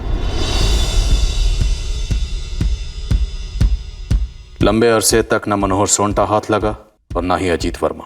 ऐसा लगने लगा था कि हम इन दोनों तक कभी पहुंच ही नहीं पाएंगे, पर बहुत जल्द इस केस में ऊपर से इनाम मिलेगा वो अलग, पर तुझे जिंदा सिर्फ ये जानने के लिए रखा है कि फरीदाबाद की गीता दहिया और उसके पति जय किशन दहिया के मर्डर केस की सुपारी सिर्फ तुझे दी गई थी या फिर तुझे और मनोहर दोनों को? किसी से कोई सुपारी नहीं मिली थी साहब। मैं तो गीता से कभी मिला ही नहीं। मिला ही नहीं? साले तुझे मार नहीं रहे इसका मतलब ये नहीं कि तुझे जिंदा रखेंगे। पूरी जिंदगी तड़पेगा वो हाल करेंगे तेरा। यकीन करो साहब, सच बोल रहा हूँ। गीता को गोंजिलगढ़ छोड़ने के बाद मैं उसे कभी नहीं मिला साहब। उसकी मौत की खबर तो आप लोगों से मिली है अभी। बेटा गीता से सिर्फ 2 बार फोन पे बात हुई थी साहब, सिर्फ 2 बार। जब सुधीर ने मेरा नंबर उसे दिया था तभी। 19 साल पहले काफी पसंद करता था मैं उसको। गीता, अरे कहाँ हवा हो गई थी तुम? इतने सालों बाद तुम्हारी आवाज सुन रहा हूँ। बस नसीब अजीत, पर इतने सालों में एक दिन ऐसा नहीं गुजरा जब मैंने तुम सबको याद ना किया हो। शादी हो गई तुम्हारी? एक बेटी है तुम्हारी? शादी के लालच में तो इतनी दूर आई थी यहाँ फरीदाबाद। एक बेटा भी था सुभाष, पर अब नहीं रहा। क्या हुआ? उसे उसकी सौतेली बड़ी बहन के लालच ने मार डाला अजीत। पता नहीं मुझे आके क्या मिला। एक सुरक्षित जिंदगी के लिए मैंने बिना शादी के बच्चा करने से इनकार कर दिया। बस एक यही शर्त थी, मेरी शादी हो, परिवार हो, इसीलिए तो शादी की थी। खैर तू ठीक तो है ना? बस गुजारा हो जाता है। कभी ऐसा लगता है जैसे सब कुछ होने के बावजूद कुछ भी नहीं है। मेरी भी हालत कुछ ऐसी है गीता। कहने को तो एक मोबाइल की दुकान लगा रखी है, लेकिन मुनाफा ना के बराबर है। मेरी मनोहर से बात हुई थी। मैंने उससे कहा था हो सके तो मिलने फरीदाबाद आ जाना। तुम आओगे कभी? दुकान किसी के भरोसे नहीं छोड़ सकता ना, लेकिन हम बात करेंगे। ऐसे ही 2 बार बात हुई थी गीता से। फिर गीता का नाम सुनते भाग क्यों खड़ा हुआ था? वो तो मैं डर गया था साहब कि फरीदाबाद की पुलिस मुझे क्यों पूछ रही है, वो भी गीता के बारे में। गीता मर गई है तो आपसे मुझे पता चला। अभी वो आया था ना खबरी, उसको भी मैंने कुछ पूछा नहीं था। मैं डर गया था साहब, इसलिए मैं भाग गया। और भागकर तूने अपने नक्सली आकाओं से बोल दिया कि फरीदाबाद पुलिस पर धावा बोलते हैं। वो तो नक्सलियों को ही लगा था कि आप लोग पूरी फौज लेके जंगल में घुसेंगे। वो भी होगा, बहुत जल्दी होगा। पर फिलहाल तो ये बता कि गीता और जयकिशन डबल मर्डर केस में तेरा क्या हाथ है? सच बोला हूँ साहब, मैं कुछ नहीं जानता। एक मौका और दे रहा हूँ, सोच ले। सब वो मनोहर गया था गीता से मिलने के लिए, वो तो उसके रिश्ते में भी लगता है। वो हम जानते हैं, आगे बोल। आने के बाद बहुत पैसा खर्च कर रहा था साहब, तो कहीं उसने तो नहीं। तो कुछ नया नहीं बोल रहा है? इससे आगे कुछ नहीं जानता साहब। विष्णु, एक एक हड्डी, एक एक पसली प्यार से कूटना। साहब सच बोल रहा हूँ साहब, साहब यकीन करो मेरा साहब, इससे आगे कुछ नहीं जानता साहब। साहब विनोद, इस अजीत वर्मा की इतनी फील्डिंग की हमने, और जब हाथ लगा तो इसे कुछ नहीं मालूम। ऐसा कैसे हो सकता है जगन? बुलवाओ साले से। कल शाम से इसकी कुटाई हो रही है, अभी भी चल रही है। अगर ये डबल मर्डर केस में इन्वॉल्व होता तो अब तक पक्का टूट चुका होता। वैसे मनोहर को भी ढूंढ रहे हैं, उम्मीद करते हैं जल्दी हमारी हिरासत में होगा। फिर अंधी गली सर। अंधेरे में ही सही, पर हम आगे तो बढ़े। अभी तक हम गीता के बैकग्राउंड से यही पता लगा पा रहे थे कि गीता अपने गांव के लोगों को बहुत मिस कर रही है। पर ये केस आखिर है क्या? यहां पर हर सुराग अंधी गली में जाकर दम तोड़ रहा है। अब नए सुराग सर उठाने लगे, फरीदाबाद से तो गोंजिलगढ़ से भी। हाँ जगत सर, अच्छी खबर है, मनोहर को धर लिया गया, उसी के घर से। क्या हुआ साहब? साहब मैंने क्या किया है? साहब क्यों ले जा रहे हो मुझे पकड़ के? ये तो वाकई अच्छी खबर है। हम अभी निकल रहे हैं।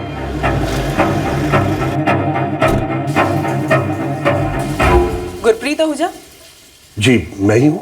तो मनोहर सोंटा को कैसे जानते हो? नहीं मैडम, मैं किसी मनोहर सोंटा को नहीं जानता। तो जुलाई महीने में मनोहर सोंटे ने आपको फोन क्यों किया था? और आपका ये नंबर अभी स्विच ऑफ क्यों है? तुम्हारे ही नाम पे रजिस्टर्ड है ये नंबर? ये नंबर मेरे नाम पे खरीदा गया है, और इस सीरीज के 8-10 नंबर और खरीदे गए मेरे नाम पर। पर मैडम ये तो मैंने अपने वर्कर्स के लिए खरीदा है। आपका कौन सा वर्कर ये नंबर यूज करता है? मैं चेक करवाता हूँ मैडम।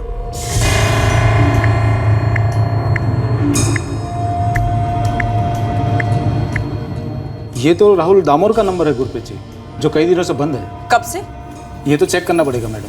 राहुल ने जब से फ़ोन बंद किया है तब से वो ड्यूटी पर भी नहीं आया है, और उसकी कोई खबर भी नहीं है मैडम। इस राहुल दामोर का पूरा एड्रेस, उसका कोई दूसरा नंबर और तस्वीर, जो जो डिटेल्स है मुझे सब चाहिए तुरंत। इस केस की जड़ तक पहुंचने का रास्ता काफी घुमावदार साबित हुआ। हमें इस रास्ते ने फिर एक बार गोंजिलगढ़ पहुंचा दिया, और यहीं हमें मिलने वाला था फरीदाबाद के डबल मर्डर केस का सच। साहब गीता मेरी दूर की रिश्तेदार थी, मेरी बहन थी। मुझे भी यकीन नहीं हो रहा है कि वो मारी गई है। हमें भी यकीन नहीं हो रहा कि तुझे पता ही नहीं कि गीता मर गई, क्योंकि तूने खुद उसे मरवाया। नहीं साहब नहीं। और उसके बाद अपना फोन स्विच ऑफ करके गोंजिलगढ़ से गायब हो गया। ये सच नहीं है साहब। साहब वो बगल वाले गांव में फैक्ट्री लग रही है, वहाँ मुझे 2 महीने के लिए काम मिल गया था, इसलिए चला गया था साहब। और रही बात फ़ोन की, तो मैंने साहब को बताया साहब कि वो मुझे सस्ता सिम मिल रहा था, तो मैंने वो सिम लेके फ़ोन में डाल दिया और वो बंद रखा। सच बोल दे मनोहर। साहब मैं ऐसा क्यों करूँगा? अगर मुझे यही करना होता तो मैं अपने घर वापस क्यों लौट के आता? मेरा आधार कार्ड छूट गया था, मैं वही लेने आया था, तो साहब ने पकड़ लिया मुझे। तो अब आ गया ना पकड़ में, अब सच उगलते। किसने सुपारी दी थी? साहब इतना घिनौना इल्जाम मेरे पर मत लगाइए। मैं गीता को क्यों मारूंगा? साहब उसने मेरी ऐसी मदद की कि कोई सगी बहन भी नहीं कर सकती। मेरी बेटी की शादी हो गई, मेरे घर की मरम्मत हो गई। मैं तो मिलने गया था साहब।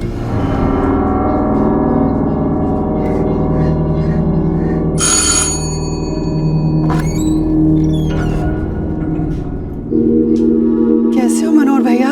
अच्छा हूँ। कितने साल बाद देख रहा हूँ ना। तुम अपने गांव से इतनी दूर कैसे चली आई? बस किस्मत ले आई भैया। आप सबकी बहुत याद आती थी। कितनी बार गीता ने फोन से कहा कि फरीदाबाद मुझसे मिलने आ जाओ। मैं आखिर में चला गया था। उसे नहीं मालूम था कि मेरी बेटी की शादी तय हो गई है। लेकिन जब मैंने उसको बताया, उसके बाद उसने जो किया, मेरे तो होश उड़ गए साहब।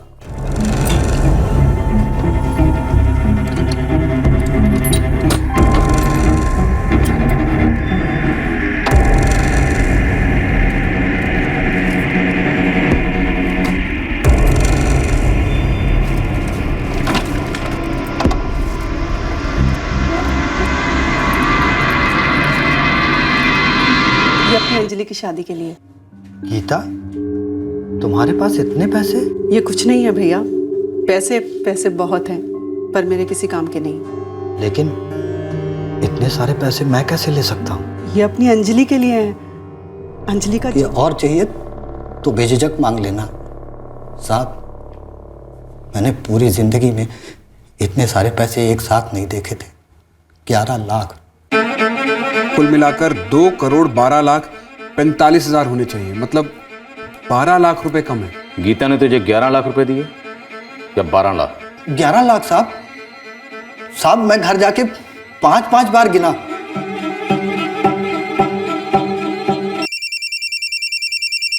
हाँ बोलो सारिका। सर, ये राहुल दामोर 16 सितंबर की सुबह को फरीदाबाद छोड़कर कहीं चला गया। उसके रूममेट से बात की तो पता चला 15 सितंबर की रात को वो कुछ 2 किलो चिकन लेके आया था और उसने सबको पार्टी दी थी। और जो सेलफोन वो यूज कर रहा था, उस सेलफोन की लोकेशन 15 सितंबर की दोपहर को पालमगंज सेल टावर के रेंज में थी।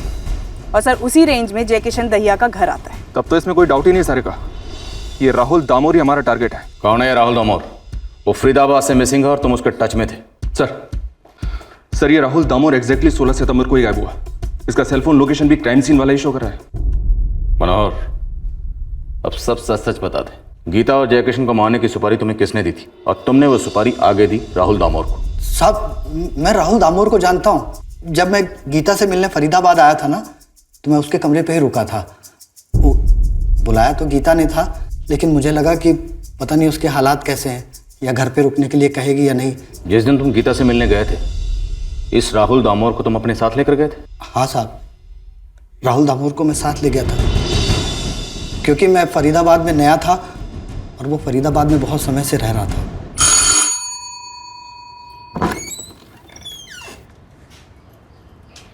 कैसे हो मनोहर भैया?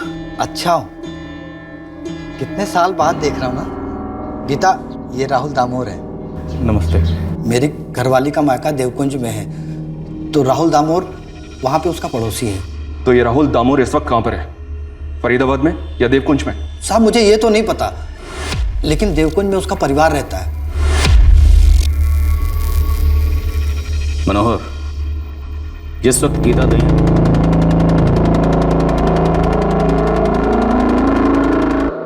चंद मिनटों के लिए राहुल अपना गुनाह नकारता रहा, लेकिन फिर एकदम से सब कुछ उगल गया। मुझे बुरा लगा जो मैंने किया, नहीं करना चाहिए था। तुमने जो किया, क्यों किया, कैसे किया और किसके कहने पर किया?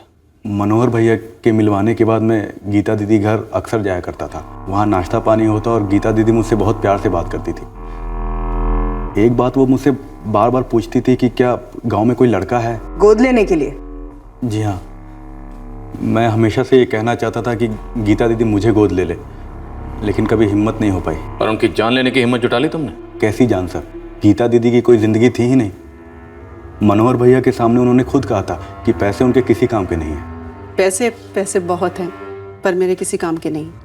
और मुझे सभी लोगों की तरह पैसों की बहुत ज़रूरत थी। तो उस घर में पैसे चुराने गया था? जी साहब। पराठे बना रही हूँ, खाकर जाना। जब तक खाओगे तब तक ये भी उठ जाएंगे, मिलकर ही जाना। जी दीदी।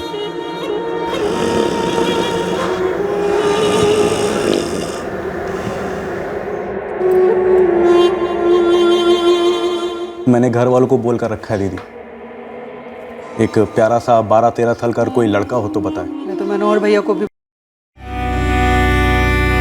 इतने सारे पैसे लेकर कैसे जाता सर?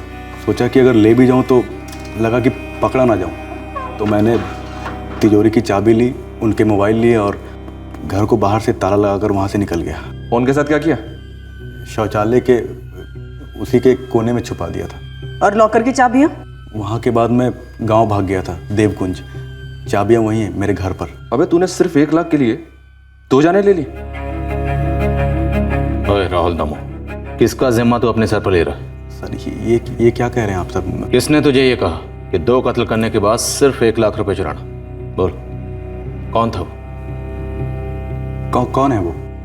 आनंद दैया या नुपुर हुडा? उंगलियों के निशान मैच हुए होंगे, लॉकर की चाबी भी उसके घर से मिली होगी, लेकिन मैं ये बात मानने को तैयार ही नहीं हूं कि राहुल ने सिर्फ 1 लाख रुपए के लिए चाचा जी चाची जी को मार दिया।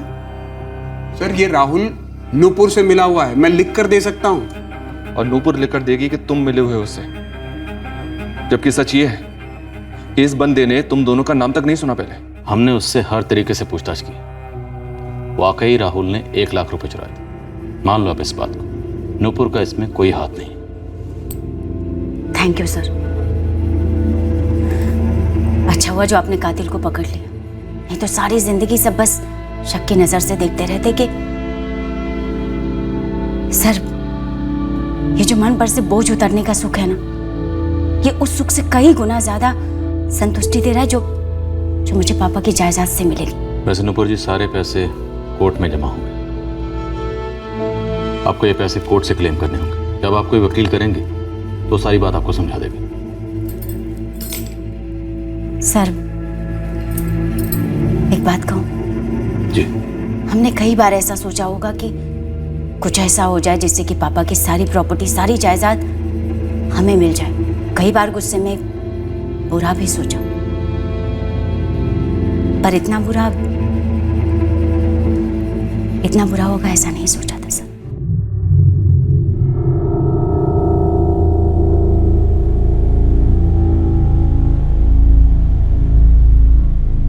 जयकिशन दैया और गीता दैया को जानने वाले सभी लोग बुरी तरह से चौंक गए जब उन्हें हत्या के कारण का पता चला, पर यह कारण सच था। राहुल दामोर अपने लालच के दलदल में धंस गया था। लालच दरअसल कई जुर्मों की नींव है। लालच से पीड़ित इंसान काफी बुरे ख्यालात उस इंसान के लिए अपने जहन में ला सकता है जिसकी कोई चीज वो हासिल करना चाहता है, जो उसके लालच को तृप्त कर सके। पर ऐसे ख्यालात को अंजाम देकर कुछ हासिल करके कोई इंसान वाकई में तृप्त हो सकता है? आसान सवाल नहीं है ये, क्योंकि ये बड़ी जाहिर सी बात लगेगी कि जिस इंसान के पास पैसे नहीं हैं उसे पैसे का लालच होता है, और पैसे मिलने से उसका लालच तृप्त हो जाता है। और जिस इंसान के पास पैसे हैं उसे और पैसे चाहिए होते हैं, उसे अपने पैसे को बचाने का लालच होता है। किसी ने सही कहा है, ये पैसा ही है जो दुनिया को गोल घुमाता है, पर पैसे का गुलाम बनना घातक साबित हो सकता है। हम सबको पैसों के लिए कुछ गलत करना तो दूर, गलत करने के ख्याल को भी अपने जहन में नहीं लाना चाहिए। ऐसा करने से जो हमें हासिल होगा उससे हमें खुशी मिलेगी, ये जरूरी नहीं। हम फिर मिलेंगे एक और दिलचस्प केस के साथ अगले हफ्ते क्राइम पेट्रोल। राजकोट भुज तक गया हूँ, फलसीपुर नहीं गया। कौन है वहाँ तेरा? माँ बाप, भाई बहन? माँ थी, वो भी यही काम करती थी। तो उसी ने तुझे इस धंधे में डाला? नहीं, माँ तो मुझे पढ़ने भेजती थी। ये काम हमारी बिरादरी का खानदानी पेशा है। हर लड़की, हर औरत यही काम करती है। बिरादरी के सारे मर्द अपनी ही औरतों के लिए दलाली करते हैं। मेरी माँ के लिए कस्टमर्स मेरे बाबा ही लाते थे, लेकिन माँ मुझे इस धंधे से दूर रखना चाहती थी। उसने मुझे स्कूल भेजा ताकि मैं इस धंधे के चंगुल से दूर रहूं, कुछ और करूं जिंदगी में।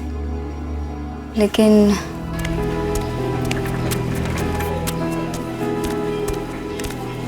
चंदा और पढ़ेगी, उसे 10वीं कक्षा के बाद फलसीपुर के बाहर भेज देंगे।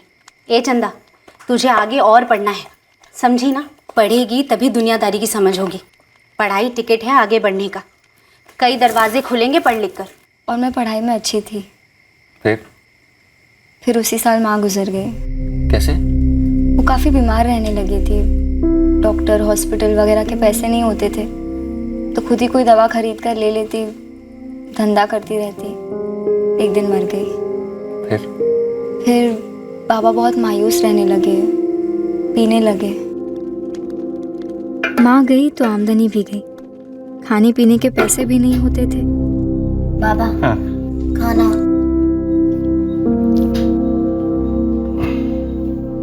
बाबा आप कहो तो मैं भी यही काम चालू कर दूं।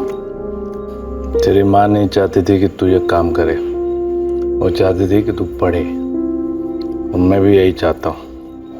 जैसी भी थी, बहुत प्यार करता था मैं उससे। पर सिर्फ प्यार पर तो गुजारा नहीं होता ना। ले गई।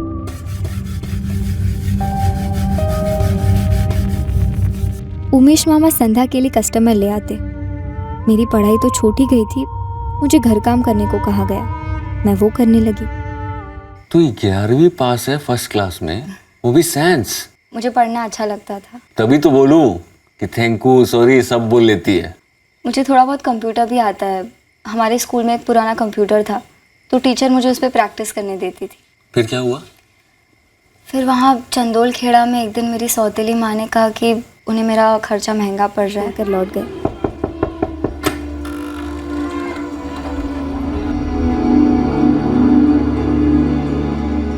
वहाँ लखनऊ में मैंने ये काम करना शुरू कर दिया। वो जो तेरी सौतेली माँ थी, उसने तुझे लखनऊ भेजने से पहले बताया नहीं कि क्यों भेज रही है? कुछ बोला नहीं, लेकिन अगर वो बोलती भी तो मैं क्या करती पता नहीं। फिर तुझे पता कैसे चला? दिलीप मामा ने पहले ही दिन मुझे सारा हिसाब समझा दिया था। मैं तुम्हारे लिए ग्राहक लाना शुरू करूंगा, अब तुम्हें धंधे पर बैठना है। मेरी माँ और मेरे बाबा ये नहीं चाहते थे कि मैं धंधा करूँ दिलीप मामा। मैं 11वीं पास हूँ। तेरी सौतेली माँ संध्या ने तुझे 4 साल तक पाल पोस कर बड़ा किया, पढ़ाया। उसी ने 7 लाख में तुझे बेचा है मुझे। बेटा पहले तो मैं अपनी असल लागत 7 लाख कमाऊंगा, ऊपर से कुछ पैसा भी कमाऊंगा, और जिस काम के लिए तुझे खरीदा है वो तो तुझे करना ही पड़ेगा। तेरी माँ संध्या ने साफ साफ मुझसे कहा है कि तुझे अपने बरादरी के काम पर बैठाऊं। बेटा ये हमारा पेशा है, जीना यहाँ मरना यहाँ। और देख तू सुंदर है, बोलती भी अच्छा है। मैं ना आगरा में इस कोठे में कैसे पहुंची? सुल्तान आपा और लीला दीदी दिलीप मामा को जानते थे। एक दिन वो घर आए लखनऊ में। दिलीप मामा ने कहा कि मुझे उनके लिए तैयार होना है।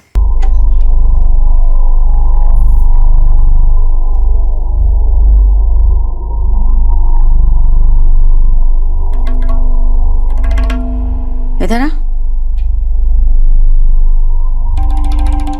मुंह तो दिखा ठीक से। अपा हाई स्कूल पढ़ी है, अंग्रेजी बोलती है और अदब से पेश आती है। घूम जा बेटा, फिर से घूम।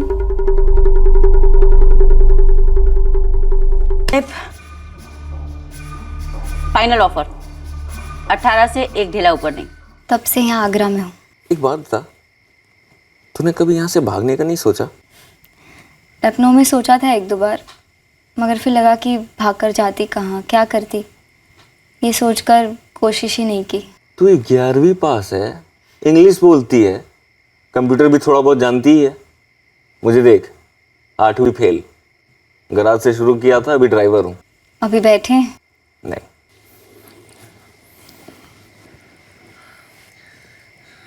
तुझे पता है तू मेरे लिए खास है। क्या मैं तेरे लिए कुछ मायने रखता हूँ?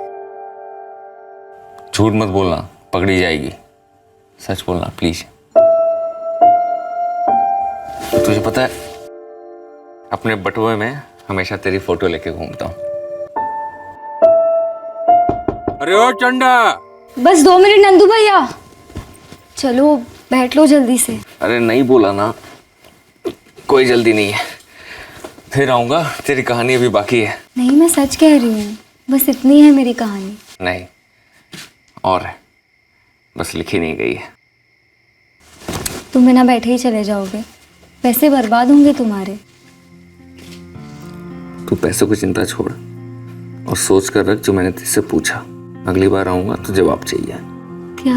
कि मैं तेरे लिए मायने रखता हूँ कि नहीं।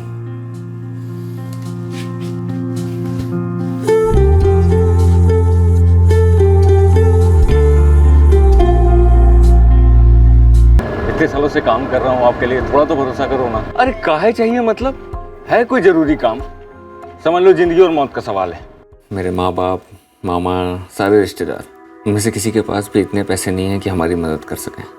और जो मेरे यार दोस्त हैं वो मेरी हैसियत के हैं, सब ड्राइवर शाइवर, किसी से कोई उम्मीद नहीं कर सकते। तो 25 लाख तो जमा नहीं होंगे। शादी करेगी? बोलना। मैं यहाँ से निकल नहीं सकती। तो भाग तो सकती है, मेरे पास ऑल इंडिया का परमिट है। सारे देश के रास्ते हाथ की लकीरों की तरह जानता हूँ। अपने पास रास्तों की कमी नहीं है। एक नशा है यहाँ पर। कुछ महीनों पहले भागी थी यहाँ से, कील ठोक दी उसके पैरों पर। जिंदगी भर लंगड़ाएगी, लेकिन यहाँ से निकल नहीं पाएगी। कील तो तुमने भी ठोकी है।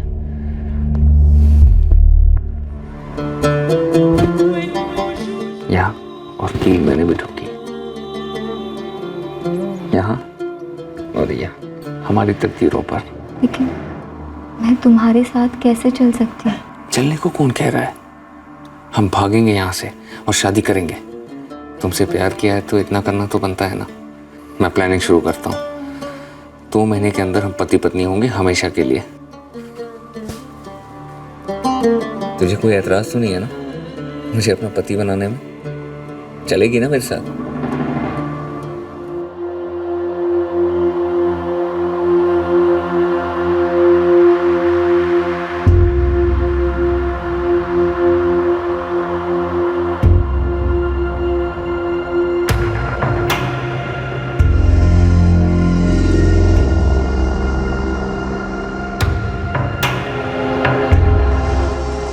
क्या बात है ड्राइवर साहब, आजकल तो हर हफ्ते पहुंच जाते हैं आप।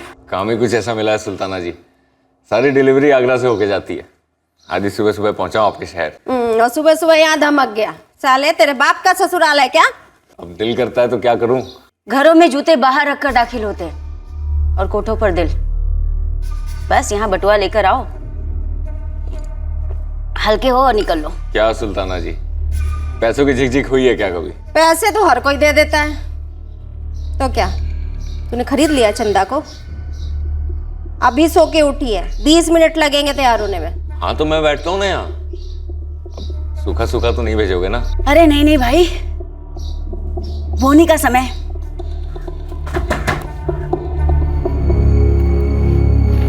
वो सब तुम मुझ पर छोड़ दो। वो क्या बोलते हैं तुम्हारी इंग्लिश में? सरप्राइज। तुम ऐसे ही हर हफ्ते के हफ्ते आओगे तब भी मुझे अच्छा ही लगेगा। अरे लेकिन मुझे अच्छा नहीं लगेगा, और आज के बाद मैं तुम्हारे साथ इस कमरे में ऐसे नहीं बैठ पाऊंगा। और 17 मई के बाद तुम किसी भी कस्टमर के साथ दोबारा ऐसे नहीं बैठोगी। संजय, ये लोग बहुत खतरनाक हैं, कुछ भी कर सकते हैं। निशा को कानपुर से ले आए थे पकड़कर। यहाँ से भागना मुश्किल नहीं, नामुमकिन होगा। संजय, मैं तुम्हारे साथ नहीं भाग सकती। 11वीं पास हो ना, फर्स्ट डिवीजन में। रामायण तो जानती होगी। जरूरत पड़ी ना इस लंका को जला दूंगा।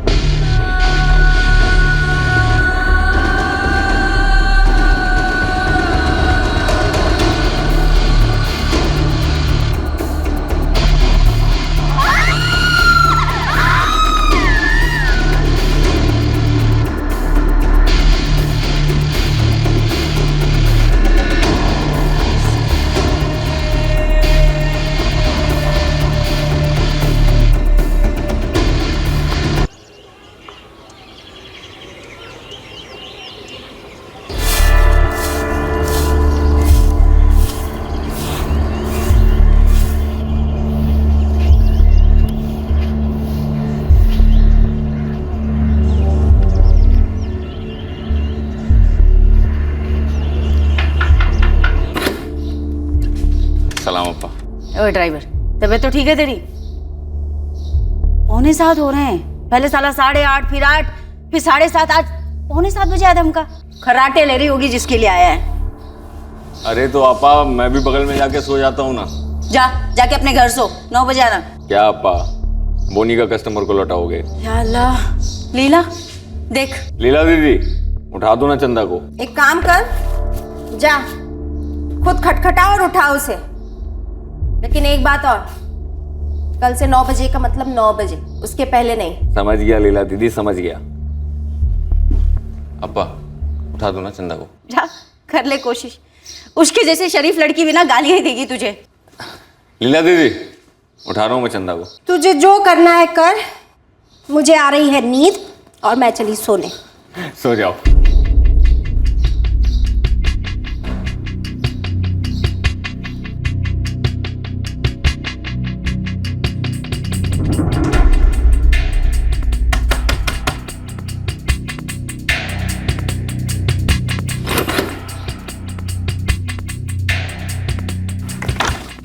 बाहर नजर घुमा, वो तेरी मिनी है ना बाहर ही मंडरा रही है। जैसे वो अपने कमरे में जाएगी तो आंगन से सीधा सट बाहर निकल जाना, ठीक है? और पीछे मुड़ के मत देना। डरने का वक्त नहीं है। चल जल्दी कर, कपड़े ले, कपड़े सुखाने के बहाने निकल जाना, ठीक है?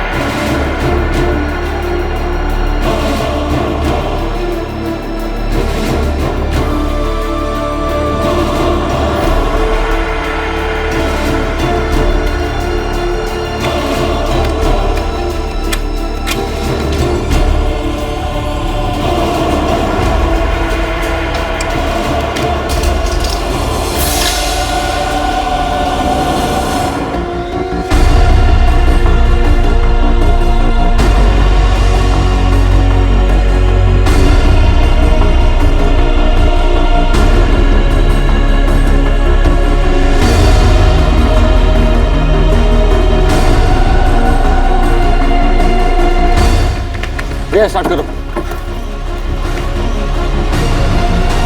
निकालो जल्दी। चंदा, चंदा, अरे जवाब तो दे, उठ ना, दरवाजा तो खोल।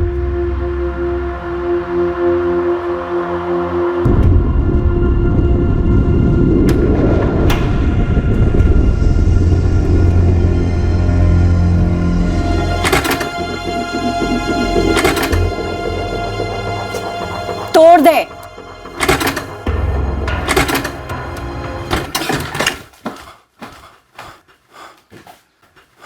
यहाँ तो नहीं है।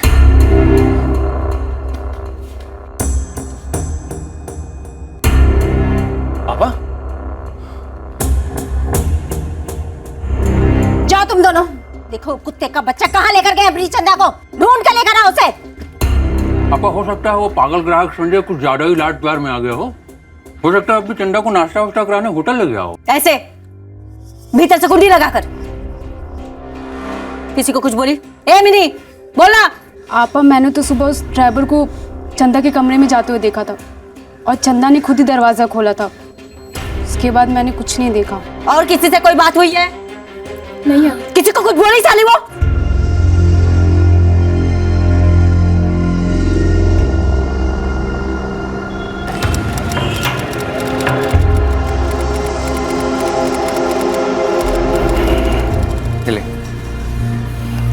वहाँ पे लेडीज बाथरूम है, जाके बाल बना ले, फोटो लेनी होगी।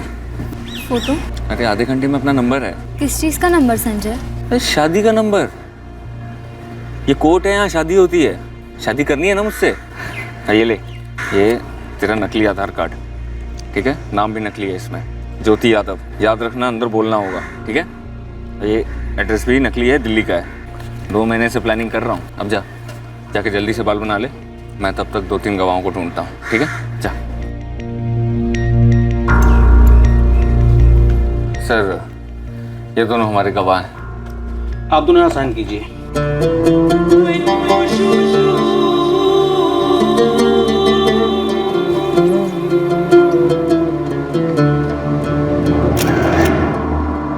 आपा वसीम सारे टेम्पो ट्रक वालों से पता लगा रहा है कि संजय कौन से शहर से है और कौन से हमारी कमाल उठाता है। कहीं अपनी चिड़िया को किसी दूसरे कोठे पे बेचने तो नहीं चला गया वो, इसीलिए सुबह सुबह चला आता था। मैटर सीरियस लगता है आपा।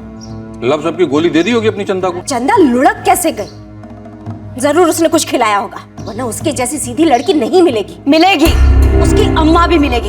ए नंदू, पता लगा उसके जाने का, जहां भी मिले उसको खींचते हुए ले आ। तो सब लोगों को काम पे लगा दे, हमारी सोने की चिड़िया लेकर गया है।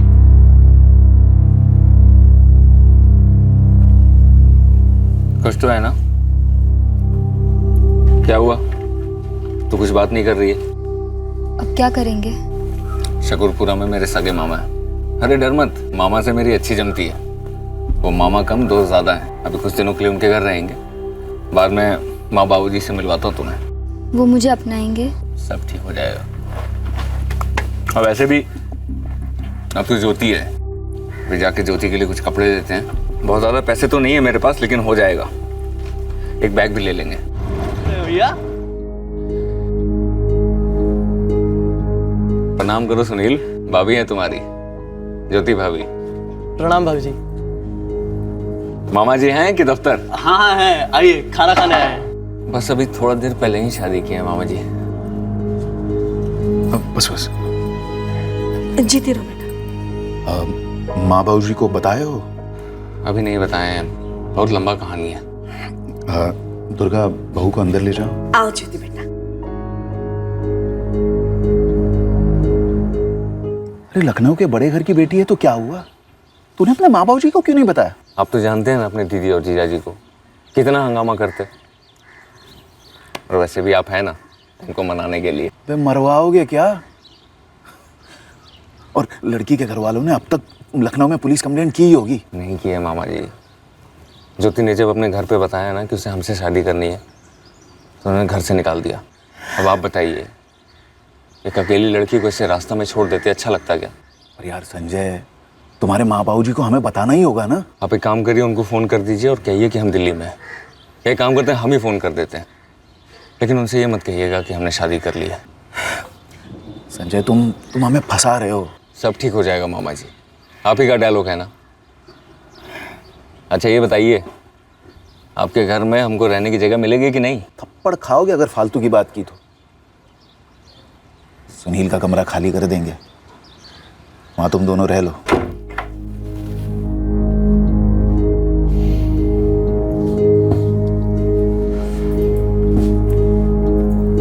अभी हम कुछ दिनों तक यहीं रहेंगे।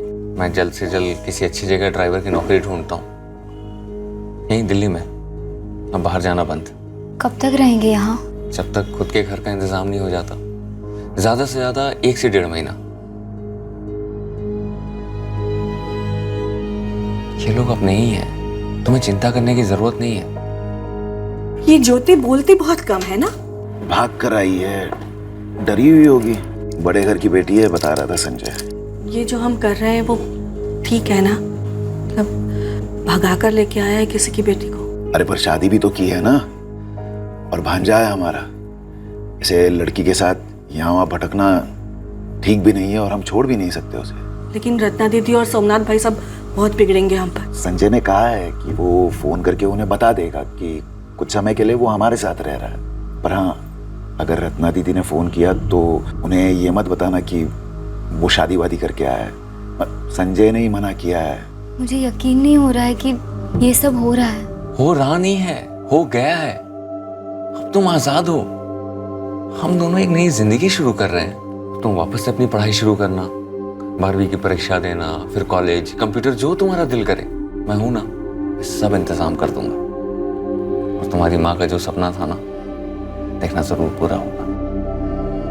मुझे तो ये सब कुछ एक सपना लग रहा था।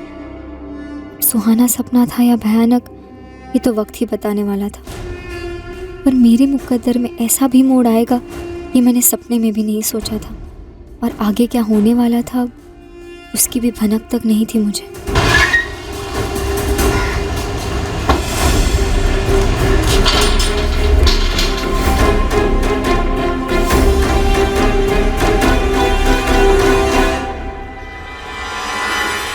आपा संजय का नंबर तो मिला एक दूसरे टेम्पो ड्राइवर से, लेकिन उस साले ने अपना नंबर ही बंद रखा है। कुछ पता चला उसके मालिक का?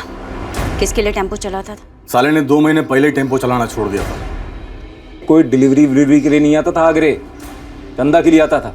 लंबे अरसे से प्लान बना रहा था साला कुत्ता। मुझे नहीं लगता कि उसने किसी और को बेचा हुआ चंदा हो। मुझे तो लव स्टोरी लगती है आपा, बेकार में चंदा फंस गई इस साले के साथ। अपने सारे खबरियों को काम पे लगा दे। वो तो फैल गए आपा, सारे के सारे लगे पड़े हैं। वो हवलदार पचौरी जो हमारी जेब में, उसको बोल मदद करे। इस का सारा काला चिट्ठा निकाल कर दे, पता तो चले कहाँ कहाँ टेटुआ दबा सकते हैं इसका। के घर में माँ बहन तो जरूर होगी। और हाँ, चंदा पूरी की पूरी 1 पीस में वापस लाओ, चेहरा नहीं बिगड़ना चाहिए। याद रहे वसीम, चंदा को मारना नहीं, जरूरत पड़ी तो उस ड्राइवर को काट डालेंगे। ये कहानी वो नहीं लिखेगी, हम लिखेंगे उसके खून से। बात मेरे 18 लाख की नहीं, बात हमारी पकड़ की, वो ढीली नहीं हो सकती।